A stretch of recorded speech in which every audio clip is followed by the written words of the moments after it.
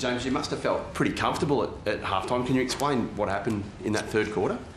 I don't. Comfortable is probably not the right word. It being goal down. Yeah, we were playing some reasonable football, and losing Tate Pears just before half time didn't help, and threw our structure out. And fundamentally around the ball in the third quarter, we just didn't compete well enough, and they beat us around the ball. And they got an A-grade midfield, and it got on top, and we didn't have the ability to defend in defence because we just didn't have the players down there.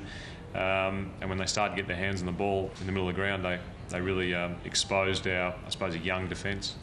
I know you're missing Joe and Fletcher tonight, but did you miss Heath Lachlan as much as anyone?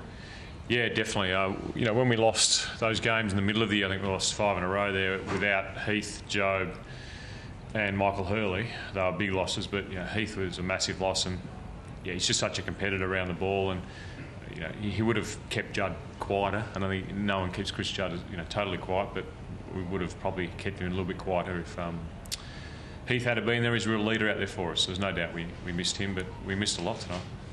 How much of the result do you just put down to Judd's performance? Oh, part of it. I mean, Carlton are more than Chris Judd. Judd was excellent, so was a lot of their midfield, but they're a quality team who've been through a bit of a flat spot and have come out the other side. So very good performance, and all credit to Carlton.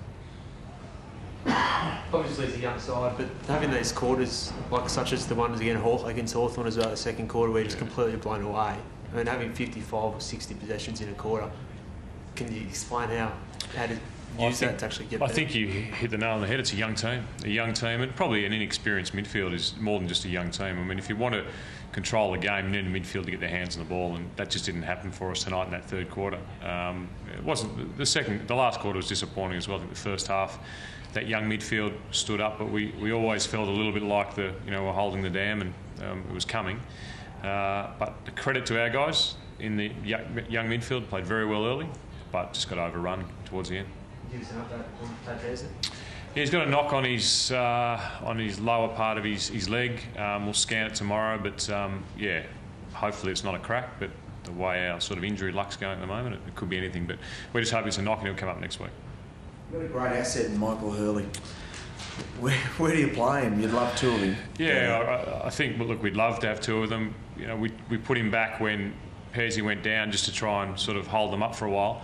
But they were able to take him out of the play with Thornton, so that didn't really work for us. I thought he was great tonight. He's been sensational for us all year. You'd love two of them. We've got one of them, so we're very lucky. And we're going to build a really good side around Michael and some other players. And tonight to lose by 12, 13 goals is disappointing. We also gave a lot of our younger players some valuable time in the midfield they wouldn't have got before. Zaharakis, Melksham, Heppel, Angus Monfrey's got some more time. So it's not all doom and gloom, and I think there's some real positives to take out of the game for us. It's rare to see a coach 70 points down having a laugh, but Andrew Walker's mark made you smile. Definitely. I don't know if I laughed here. Look, I'm not taking the game lightly, but that was incredible. It was an incredible mark, and you got to smile at things like that in football because it was absolutely sensational. I'm not sure we'll see many better, or we have seen any better. Dustin Fletcher going to be back on the side next week? We hope so. He got a knock to his leg last week, and it's just bled. And we thought Wednesday would be okay, but he came into training yesterday morning about 9 o'clock and just said his ankle had all blown up and just wasn't right to play. So we certainly believe he'll be fine next week. Joe and Heath Lachlan as well, expect back? Heath won't come back next week. Heath's another week away, but Joe, we're hopeful as well, will come back next week. Also, Michael Hibbert. He could have been an option, I suppose. Yeah, no, Michael hurt his hamstring, 2 weeks ago now, so he's probably going to spend another week out. So that'll be, I think he hurt in the Richmond game, so that's 1-2. So he'll miss one more and be right after that. But, it's a lot of injuries, but we're not the only club. I think most clubs have got significant injuries this time of year. Pretty daunting challenge against Collingwood on Sunday, obviously.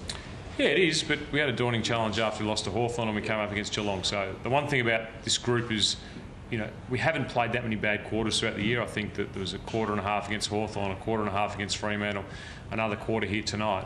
But the good thing is they've responded every time they've been down, and they'll come out. We'll work hard this week and get them ready for a game against the best team in the competition. Thanks, guys.